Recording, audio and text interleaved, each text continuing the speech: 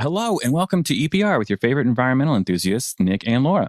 On today's episode, we give our shout outs. Laura and I discuss methods of transportation and their benefits. We chat with Dory Larsen about clean energy, all things electric vehicles, and giving back to your community. And finally, the concept of a scientist wasn't invented until the 17th century. Prior to that designation, scientists were actually called natural philosophers, which, if I'm being honest, actually sounds pretty cool. I'm going to be, can we go back to that maybe? That sounds fun. Maybe we had a great time in college. I don't know. It's just sounds fun. So that's pretty neat. And glad to bring that up to you guys. Please be sure to subscribe, rate, and review. Hit that music.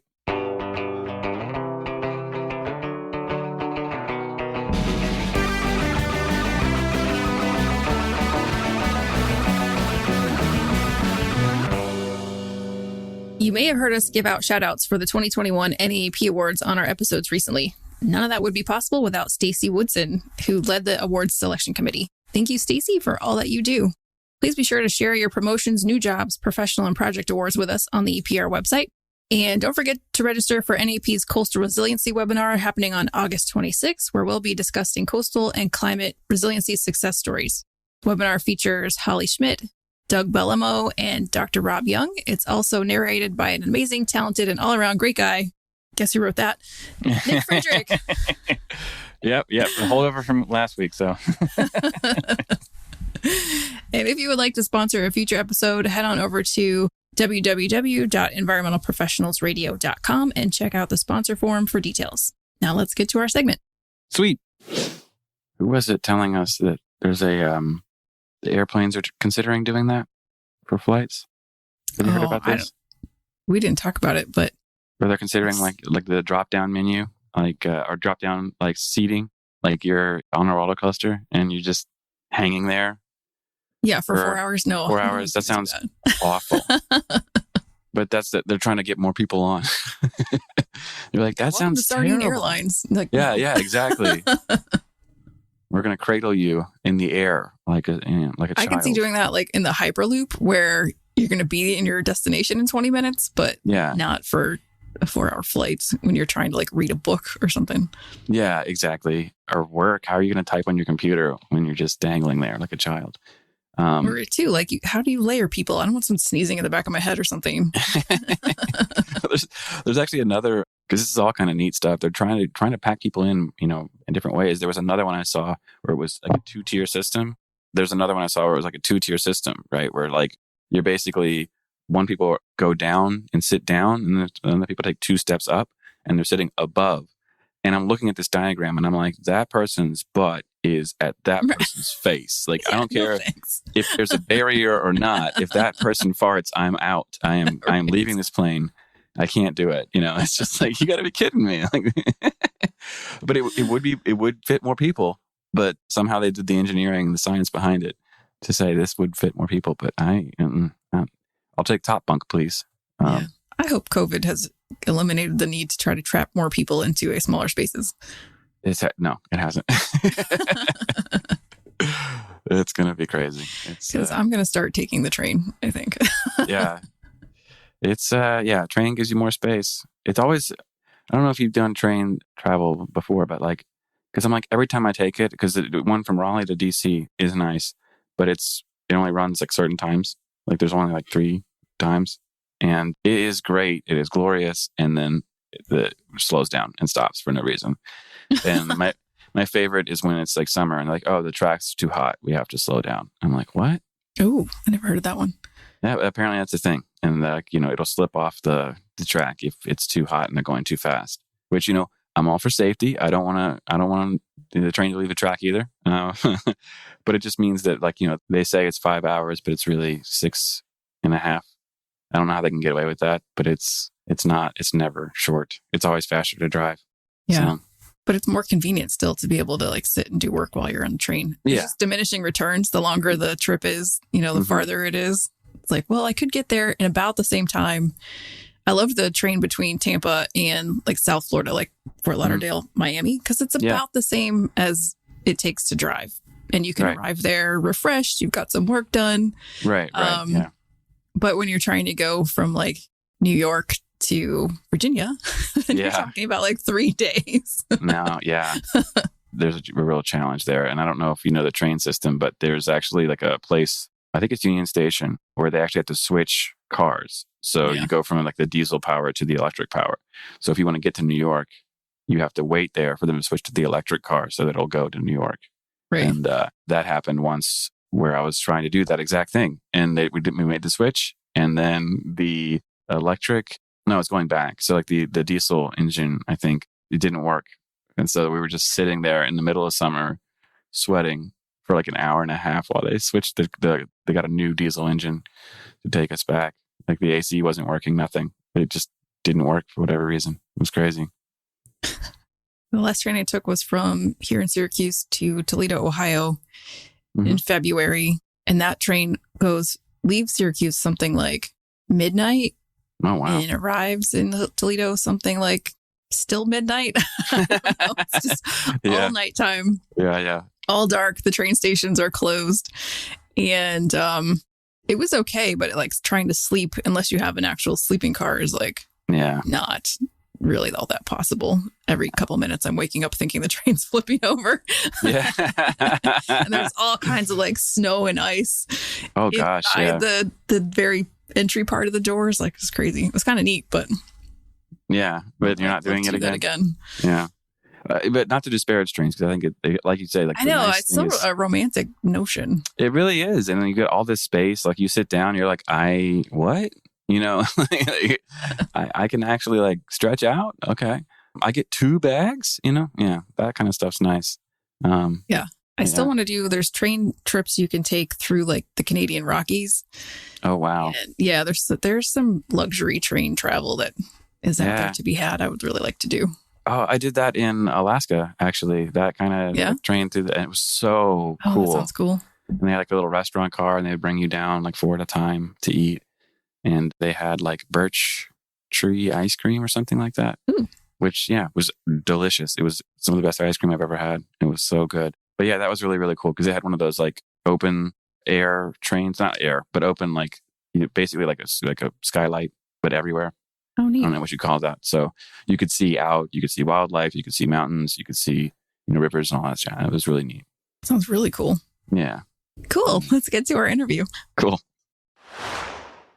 Okay, welcome back to EPR. Today we have a special guest, Dory Larsen, on the show, and a special circumstance. I'm actually sitting with Dory in a makeshift studio in her house. So if we sound different, that might be why.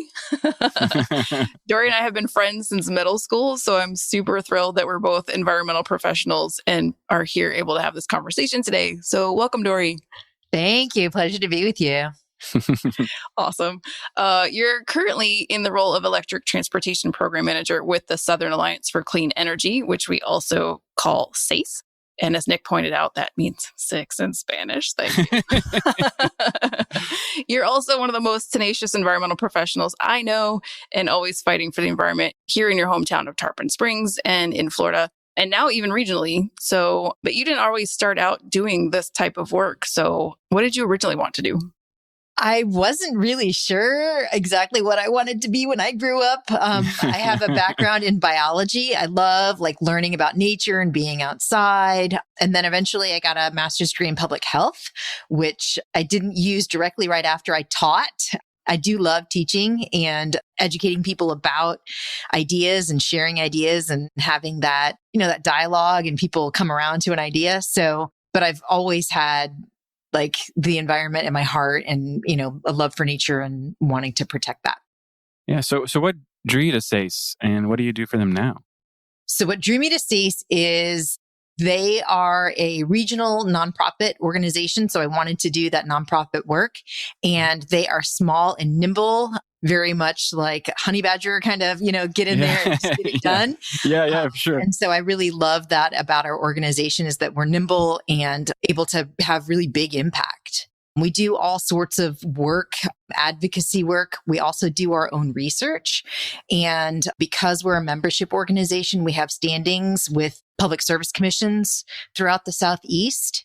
So we're able to intervene in rate cases that have huge impacts on people's lives. And a lot of people don't even know that their public service commission exists in their state. So, Right. but I also do a lot of, education and outreach, and that still is one of my passions. Yeah, gotcha. Do you have a case in particular you're working on now? There are a couple of things happening across the region. Duke Electric Florida has a filing in North Carolina. They also have a rate case that is scheduled to be heard coming up. TECO just passed one, which is Tampa Electric Company. So yeah, we've been engaged in lots of states, lots of different filings. There's lots of action happening with electric transportation right now, which is exciting because there had been a long time where there wasn't a whole lot of action happening. Right. Right? I feel like when you first started, it was like demoing cars and getting people to sign the commitment to make the switch. And then all of a sudden I'm talking to her and she's like, yeah, we're talking to lobbyists and we're doing this and we're talking to, I don't even like, were you just telling me about in North Carolina? Yeah. So the space has really exploded nationally, internationally. I mean, the market has opened up and is just going like gangbusters. So there's opportunities that, originally, especially in the Southeast, there hasn't been as much action and traction coming out of state level. And there certainly wasn't very much happening at the federal level the past couple of years. So I feel like your role has changed a lot since you first started. When you first started, it was mostly like doing demos and giving people rides and stuff and test driving the cars. And now more and more when I talk to you, it's more about advocacy and you're getting more involved in these cases and it just seems much more complex. So how's it changed? Yeah, there's just been a huge uptick in interest from every single part of the market. The automakers have made huge commitments. Legislators are starting to get into the space. The utility regulators are taking more of a responsible role. So there's just a lot more happening, a lot more conversations, a lot more, action. So, and big scale, which is exciting. Yeah. Do you feel like you got in like at a good time? Absolutely. Yeah. It's kind of funny because, really having to have this tremendous learning curve in my, knowledge base of understanding our electric systems and then our transportation systems, and everyone's learning about electric transportation at the same time. So it's kind of cool. Yeah. So as far as like companies taking the charge and the companies that are leading the way, do you think Tesla is like a big part of everyone else? And who else is really pushing this forward? 100%. Right. Yeah. Right. I mean, Elon Musk has got, his own kooky stuff that for sure. Sometimes we're like, please stop talking. But I mean, the vision to transition our transportation system was there at the beginning. And, he was able to take that money, stimulus money from the last time the economy was in the downturn, put it to building an electric transportation company from the ground up and make it a profitable company at this point is just amazing. Yeah, for sure. And, you mentioned like, the other automakers are catching up, and I think they were maybe a little slow just at the start, but, just recently Honda announced that they're planning to have all their vehicles be electric by 2040, which is just remarkable. But who else would you say are industry leaders here, and where do you hope the U.S. will be with EVs in like the next 10 years? Yeah, Nissan also was a pretty early mover in the space. So the Nissan Leaf has been around for over 10 years now. Yeah. They haven't really been as innovative recently, and some of the other automakers have made huge commitments. So Chevy, Bolt, and Volt are, big legacy models that have been around for a while. Volkswagen starting to get into the space, yes, partially because of the Dieselgate scandal, but we'll take it however we can get it, right? And then now, I mean, I think I just read 38 of the 40 legacy automakers have plans to either fully electrify or have a huge portion of their fleet electric within the next 10 years. So it's not just a niche market anymore. It's really happening. Right. For real. Yeah, that's awesome. And you've given me a test ride in the Tesla. And so it is, Nic, this is a question Nic had. Yeah, right. I'll tell you, it is magical. Sitting in the car with your hands, like I don't think you're supposed to be off the wheel, but letting it drive and stop for you and just coming to like the most perfect stop at the light is pretty awesome. But I'm sure, Dory, you have some stories about giving people test rides. Anything exciting? Yeah. I don't want to like call anybody out, but I do remember one particular. Let's say, what should Nic not do if you give him a test ride?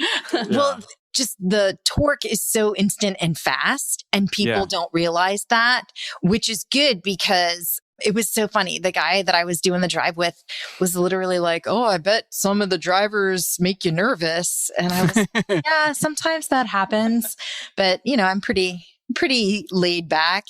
And he whipped out in front of this car. I really saw my life flash before me. So, oh my gosh, yeah, it happens. Yeah. So we all have to kind of relearn how to drive. And you know, to Laura's point, I mean, if you did let me drive a Tesla, I would literally take it to an airport to board a plane that's going to a place that has no extradition treaty with the United States. Like that's where I would go.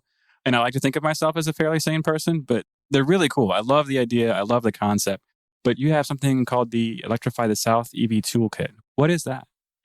Yeah. So our Electrify the South Toolkit is a crowdsourced digital resource. So it's actions that local governments have already taken, and it's ways that local governments can take action. So it's a whole suite of policy and levers that they can take. We've got a piece on increasing infrastructure for your city and your community, how to transition your fleet for local governments, how to do outreach and education to your community, how to engage with your utility. So it's really like, if you're looking at electrifying your city as a local government, these are all the different ideas that have come before that have like been effective and work. And you can just click on and read the ordinance and apply it to your local government. Interesting. And is there something that do you have to tailor that to each municipality? Are there universal trends, things that every group wants? Yeah. So there are definitely things that are more like pressing for a city to get accomplished. Right. We tried to keep it regional because our work is, Tennessee, the Carolinas, Georgia, Florida. But, obviously there's other parts of the country like California that are, have been leading in this space. So, but we do try to keep it local because a lot of, local decision makers kind of say, well, I don't really care what y'all are doing in New York. I want to know what's happening, here in Georgia or in Florida. So one of the big things that any local government really should adopt like yesterday is EV ready policy. Mm-hmm. And what that does is creates the potential for infrastructure to be installed when you're ready for it to be installed in parking spaces. So you're oversizing the electric panel going to a project. You are just putting in the tubing so that later you can add the wiring or the charging station. Most charging, about 80% of charging happens at home. Right. So people need to have access where they live to be able to charge and be able to feel comfortable in buying an electric vehicle. And a lot of people live in apartments and condos. So if we don't build the infrastructure for our buildings, there's a huge intersection with electric transportation of our buildings and our transportation. So if we're not building our buildings to be able to take and accept that electricity, it's a lot more expensive to do on the back end. So it's an issue of cost and making it a lot more feasible to do. And then it's also the access and making sure that every citizen in every town has access. And one of our tenets is at SACE is equity and energy justice. So it really is important that everyone have access to be able to drive an electric vehicle. Do you think are there any specific challenges that municipalities maybe are resistant to some of these measures or ideas? No, I mean, there really are seeing a big uptick in the number of cities that are adopting these policies because it just does make sense. We've had calls with developers and they're recognizing because their tenants are saying, well, I want to be able to charge my electric vehicle. Do you guys have that as an amenity? Yeah. There is some pushback we're seeing some preemption bills from the state, not allowing local governments to do a whole host of energy policies that make sense for their citizens because of special interest. But yeah, most people understand the value of that policy and are looking at installing it. I think also, at the beginning, local governments don't necessarily like to be innovators. Yeah. So I think that there's a little bit of risk there. Just, do we really need this? But the answer is yes. And it's, right. Which cities are the role models? Which ones are the ones that are stepping out, taking that risk?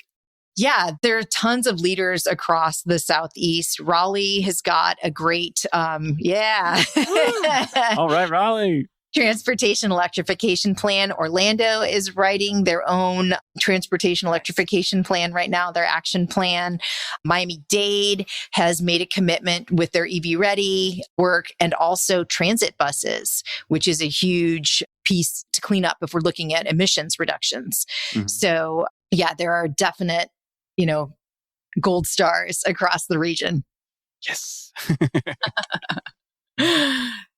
Oh, Nic, I know. it's because of you. Right. Yeah. Hey, I'm a big fan. I know. They need your support. Right. So Dory, you and your husband, Jeff, are role model community members in my mind. You're always involved in everything in a good way. And participating in events and helping, I think most of us live lives where they're not paying attention to what's happening in our own communities. And you guys are not only paying attention, but participating in local legislature. And what kind of things are you involved with now? And how do you balance doing all of that with your two boys who are also very talented and very active? Thank you. Blushing. So my husband was on our city council and appointed to vice mayor. I, through my work at the Southern Alliance for Clean Energy, got to see what a lot of other communities are doing with their environmental work. A lot of towns have sustainability directors or resiliency coordinators in some way. So I really, after my husband, because of term limits, he's been off the board for about 5 years now, started to, and through my work, like I said, through my work with SACE, I started to look around and see like all these other cities have a sustainability action plan. They have emissions goals. Why don't we do that? So, so our city did agree to create a sustainability committee. And so I serve on that. I chair the sustainability committee for our town, and we are writing our sustainability action plan right now. But there's just, the more you learn, the more you want to do. So, we had looked at solar about 10 years ago and it wasn't affordable. But then we looked at it 3 years ago and we were like, we could do this, and now we both drive electric cars and power them with the solar panels on our roof. And, so cool. You learn more, you do better, and help others know that, and like education is, and making sure that people are aware of what's possible is, I think, key. And our boys, God love them, they just go along with it. You have no choice. Right. That's which is great. I'm glad that we'll have them on after, actually, and we'll ask them the same question and see what they say. But we also love asking people we interview what they love to do for fun when they're not saving the planet. So what are your hobbies? So I love to play soccer. I've always played soccer, and it helps me to like release so that I don't want to like punch people in the throat. It helps. You just tackle them on a field and then you're... Yeah, exactly. No, Dory, that's an actual threat. Yeah, right. That's just how I feel. Yeah. No. But yeah, it was my brother about 10 years ago was like, you should come play with us. It's co-ed. And I was like, oh, okay. I'm the only woman there. Of course. Yeah. Every now and then we'll get another couple women to play, but it's great. I love doing that. And then I like doing the traditional feminine things too, like cooking. I love to cook, and I actually like to sew. So yeah. So you will injure someone on the field and then offer to patch up the clothes. Exactly. Yeah, I like that. That's I'm not unkind. Right. Yeah. So are you any good at soccer, or is it just kind of fun for you? It's just fun. Yeah. I love that. Zero skill, a whole lot of effort. Right. What else would you like us to know, or that we did not ask you today? I think just people's understanding of how affordable electric vehicles have become, and how really it does fit into like so many people's lifestyles. People don't realize that they only usually travel about 40 miles a day. And most electric vehicle ranges that are coming out are over 250 miles. So It's practical. It's affordable. I bought my used Leaf for $8,400. Mm-hmm. Wow. Yeah.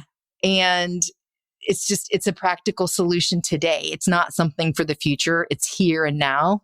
I think that that's always something that I like to make sure that people understand. Yeah, that's a good point. And what are like some of the top couple of questions you get from people that, are stopping them from making the switch? I think people they think that there's going to be more maintenance or that they're complicated, and they're not. They have like 20 moving parts compared to 2,000 in an internal combustion engine. So there's just not the things that are going to break or need repair. So like my car is almost 6 years old, and I've changed the wipers and I've changed the 12-volt battery. That needs replacing. So I think that is something that people ask about is, just the practicality of it. And then people also, they don't understand the cost in terms of electricity. It's like a third of the cost of gas. So it's so much cheaper to drive around day in and day out.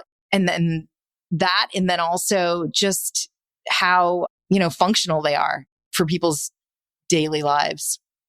Yeah. And it's funny, like, the Tesla, when it came out, I feel like it was basically like someone was like, let's make an iPhone a car, right? That's what they decided to do. And it was kind of brilliant because, people love iPhones. They love technology. And I think like the Leaf had been around for a while and it didn't quite do that. So Tesla is the trendy pick, now, but is there another car maybe that's coming up that's going to really challenge Tesla? Because Tesla's way ahead of everybody else. So who's actually catching up to them? I think that that's a great question because there's so many that are like, have projected that they're going to be building, 30 models by, right. But Tesla's got like the ground proof of like, we've done it. Right. But like the Volkswagen ID4 is out, the Ford Mach-E is out, and it's a really sweet looking ride. It's like a 300-mile range. So, and the trucks are coming. And I think that that's really exciting, especially like in the Southeast. So many people like trucks.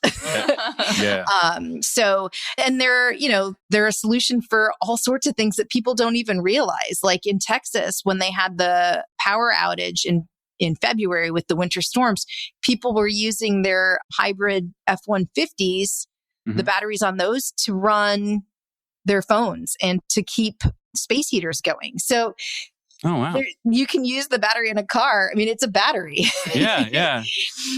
And you can put an inverter on it and power appliances when there's an emergency. So just giant generator. Yeah, exactly. So there's just these applications that are really exciting to think about. It's not just like a car that moves things. Right. Well, I think the scary thing for people too is like, you mentioned infrastructure earlier, right? And so I think people have always been a little worried, like, okay, well, I know where all the gas stations are in my hometown. I have no idea where the charging stations are or if there are any on my route. So how have companies combated that? That's a great question. And you're right. People don't see the big signs, so they don't know that the infrastructure's there. Yeah. There's a ton of infrastructure in the ground, and there's a ton more that needs to come online to be able to electrify all of our vehicles and go 100% electric. The Biden administration just made a big announcement to fund 500,000 charge ports across the country. But there's an app called PlugShare, and you literally just type in the address and it'll show you all of the charging stations that are around you. Back in the day, people actually put their home charging stations on if people were stuck and needed a charge. Yeah. So you'll still see those on the map, but they're, Google has actually, you can find charging stations on a Google app. Oh, wow. On Google Maps. And there's, the Tesla has the charging stations like already in the car. You just punch in an address and it takes care of it. So, but like GM has made big commitment to streamlining all of the different charging companies that do the charging into one system so that it makes it easier for their drivers to just pull up and have that interconnection. Awesome. That's really cool. Okay. So we can't let you leave without asking what your favorite car to drive is. I mean, I don't want to be like super Tesla fangirl, but I know. But the Model 3 really is a lot of fun to drive. But my husband, who drives a Chevy Bolt, insists that he loves his Bolt better. So they're a divided house. Yeah, right. But they're all like, they all have that instant torque and that fun, like get up and go, no matter what electric car you're in. It's just, I know my Leaf is not quite as cool looking as. Right. Which is hilarious because like Prius, Prius was like, here we come, we're front runners. And then everyone was like, this thing is so weak. And then Tesla came out and was like, doesn't have to be like that. Yeah. Exactly. And there's that still some people have that misconception. They think of Prius when they think electric cars and don't understand that it's like complete different technology. Yeah. Cool. I'm still ready for full self-driving. Like I would like to see that. So I think it would be better than some of the drivers that we have on our roads in Florida. I mean, just saying. I know, right? Your life would only flash before your eyes. It wouldn't do it nearly as much, right? Right. And, and like my 15-year-old with his learner's permit, right? Sometimes I wish that, exactly, Nick. Exactly. Yeah. The face I'm making. Yeah. Jeez. I know. But I think we all have to learn a little bit, right? Because like you said, that instant torque is so different than what you expect. I mean, gosh, I used to drive a Honda Civic. I remember we were going up to the mountains and my wife is like, why aren't you driving faster? I'm like, my foot's on the floor. Okay. This can't go fast. This is as good as we can do. So it's such a neat thing to see that change. Yeah, no, we jokingly say that like going from an electric or a regular car to an electric is like going from a flip phone to like the newest iPhone. Yeah. It really is like that technology leap. Yeah. Cool. Okay. I actually had one more question for you. So SACE does more than electric vehicles. So what else do they do? You mentioned it a little bit, but can you go into like a little bit further detail there? Yeah. So we advocate for responsible and equitable energy choices throughout the Southeast. So we do similar to what's the work that we do with Electrify the South, research and do our own independent research. We do advocacy and filings at all of the commissions and then also outreach and education. So we like our buckets of work are energy efficiency. Energy efficiency in the Southeast is abysmal. The utility companies do not want to pay for it because they do not make money from it. Right. So, that's part of what we do is try to educate people on the importance of energy efficiency because, obviously the cheapest energy is the energy you don't use. Yeah. And you don't need to build, new plants if we can decrease the need for and manage the load and kind of keep it flat. Because, people come home and they turn everything on and they start a little laundry and then so that's, so ways, and electric vehicles are a really cool component of that too, because you can keep the load up, but if you charge at night, it kind of flattens that curve. Mm-hmm. So it brings rates down for everybody because you're using energy at those off-peak times. So we do energy efficiency. We also do a lot of work on renewable energy. There were like solar wars in Florida in 2017 ballot, or maybe 2016, where like there were two competing bills, and one of them was pro solar and one of them was like dressed up to look solar, but it was actually really not. It would have been very damaging. And because of social media, we were able to play a really big like campaign game and educate people, and the good bill passed and the bad bill didn't. So, so we do like that kind of work as well, like campaigns like that. Amendment 9 in Florida was the ban on offshore drilling. So we played a big space in that and making sure that voters understood why we need a ban in state waters in addition to the federal ban. So energy efficiency, solar and renewable, climate action, and a lot of like my colleague, Susan Glickman, is our Florida director. She does a lot of work with getting the regional agencies to work together on a regional climate compact. So South Florida has a regional climate compact where they're all like using best practices for sustainability and resiliency and interchanging ideas so that it's helping them. And because they're able to do like studies that show the economic impact of what sea level rise is going to do to South Florida. Yeah. So like like anything that has to do with climate like that in terms of emissions reductions, like that's kind of where we're at. We used to, like historically, we were really involved in coal retirement, stuff like that, but and still very much advocating for clean energy standards at the federal level. So yeah, gotcha. That's really awesome to hear. Yeah, the electric transportation work is just like that little side piece. Yeah. Right. But it has like those really cool intersections with everything else, like energy efficiency and buildings. Yeah, it's a really neat part. Like the way it's like, sometimes things come along and it just totally changes the way we do everything, right? Like the iPhone is a perfect example. And that came out in '07. I thought that came out way before that, but no, it's '07 was the first one. And it wasn't even that good. It was just like such a novel concept. And now, like, it's a computer. Right. Yeah. And like your Tesla is a computer on wheels, right? And I mean, and you can just interface with your phone with it. I mean, it's so cool how it all just works together like that. And it would not have happened except that California had stronger clean air standards. Yeah. A lot of the manufacturers were just making small numbers of compliance cars to meet the California standards. Yeah.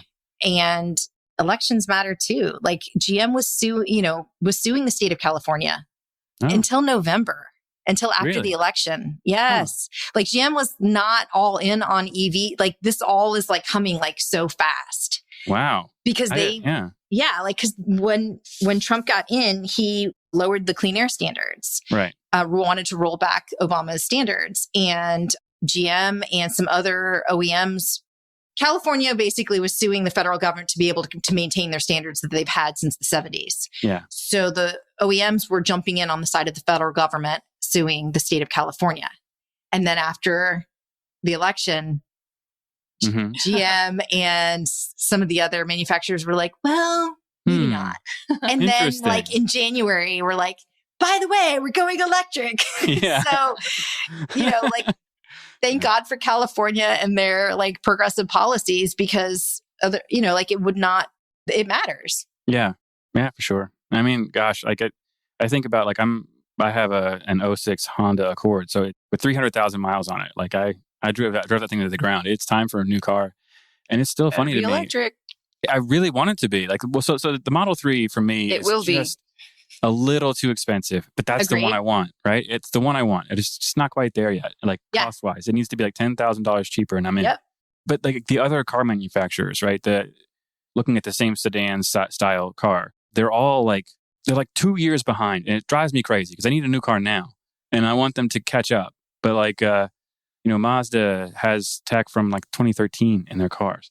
And everybody's asking, oh, Tesla's got tech. I want the tech. And they're like, well, yeah, it's coming in 2 years. Whatever it is, it's just behind. And it's driving me bonkers right now. Because I want a Tesla that's $10,000 cheaper. That's what I want.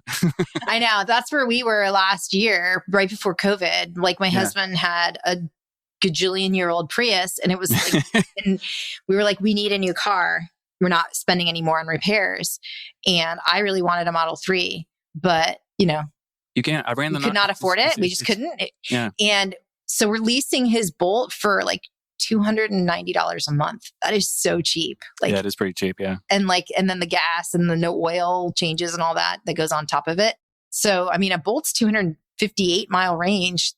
And I know. It's got, Well, so my dad's a Ford guy. That's the only problem I have with the Bolt. Like, if I took that home, I might not come back. Have you looked at the Mach-E? I have. It does look super cool. Yeah. And like, I'm going to keep like just dreaming. I don't know. Is that cheaper than Tesla's? Well, they still have the tax credit. Oh, that's right. I forgot about that. All right. I'm telling my wife tonight. We're getting a Mustang. So all of the manufacturers still have that $7,500 federal tax credit, except for GM and Tesla. Yeah. Okay. I did not know that. I mean, I just kind of totally forgot about it. And some states have like a state credit as well. I don't think North Carolina does, but no. I mean, there actually are quite a few. You talk about like us being ahead on the electric infrastructure. I think it's because we have that research triangle. There's Teslas everywhere here, everywhere. Yeah. And so, yeah, I don't know. Maybe they're like, well, we don't need to get credits because everybody's already got one. So no, it's because in the Southeast, it's a very libertarian. Like we just don't see those kind of tax credit things in the South. Yeah. And like, we can't afford to cede our like role in the world as technology innovators. Yeah. No. And we are. I mean, like we have that. We've been just kind of like, oh no, we're just gonna like, la la la. Like, and we can't do that because that's, like China said they're not going to buy petrol cars. Europe has said they're not going to buy petrol cars. So if we don't go, I mean, and that's the bottom line is like, if American automakers if they want to have a market to sell to, then they need to start making more electric cars because that's what people are going to be buying. Yeah, for sure. Oh, that's absolutely the trend. I think that's by mandate. But then also when people see the technology and they drive it and they're like, oh, then it really is like, who wants a Betty White flip phone when you can have yeah. But it's true. And like, and the part that, well, I mean, I sound like, I'm like stumping for Biden, but like, but we need jobs, and we need like well-paying jobs, and we need like to maintain that technology edge. It's like all of those things will come with this. You know what I mean? It's not like we're giving something up to just be pro-environment. It's not just about like cleaning the air, but the tremendous benefits of like public health and environmental health that come out of it that don't necessarily have to be the end game. Like for me, they're the end game. Like that's our North Star is reducing carbon. And but most people just want a cool ride, and you can have both with it. And while you're building the economy and creating jobs. So like it's, you know what I mean? It's kind of one of those. Yeah. I get it. It's kind of like the veganism thing. People will argue to death, like veganism doesn't mean environmentalism, but it does. Yeah. I mean, you can have both. You could just do it because you want to, or you can do it because it's also good for the environment and your body. Yeah. And maybe you don't do it every day. Start off with one electric vehicle and your other car's a regular vehicle. You don't have to like go cold turkey. Right. That's what we did. And we found out that we can still take family trips and go long distances because there's charging infrastructure to do it. So yeah, which is really cool. And like, it's only going to get better from here. It's not going to get worse. That's the cool part. And I think it just needed that innovation at the start. Because, well, I mean, I guess with Tesla, it just needed a spark. And then everybody's like, oh, okay, this is where we're going. Yeah, but I remember even like in 2017, 2018, when they were still in the red, with their earnings reports, and people were like, oh, Tesla's going to fold. And they were making so much money on the shorts and betting against it. I know. It's like, why? It's crazy. But everybody wanted Tesla to turned fail. the corner. Yeah. And now that all these other manufacturers are making these $30 billion investments, like it's going to happen.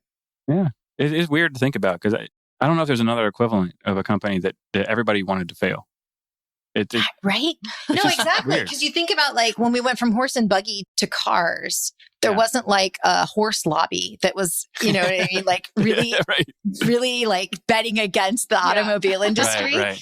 But we do have, a huge albatross around our neck with like the oil industry is like, I mean, no joke. They are for real still trying to put up every barrier and that they can to stop this from happening. Yeah. And I'm not aware of that every day. Yeah. Well, awesome. This was fun to do with you. Where can we find more about you, about someone wants to get in touch with you? How do they get in touch with you? Yeah. So our website is electrifythesouth.org. The SACE parent company, if you want to get more involved in all sorts of clean energy ideas, is cleanenergy.org. And my email is Dory, Dory, @cleanenergy.org. Happy to entertain your emails. Awesome. Thanks, Dory. My pleasure. Thanks for having me. Yeah. That's our show. Thank you, Dory, so much for coming on and talking to us about electric vehicles. It's always a really fun topic. And I'm so glad we got to cover it today in a lot of detail. It's really fun. So, as always, be sure to subscribe, rate, and review. Please be sure to check us out each and every Friday. And don't forget to subscribe, rate, and review. See you, everybody. Bye.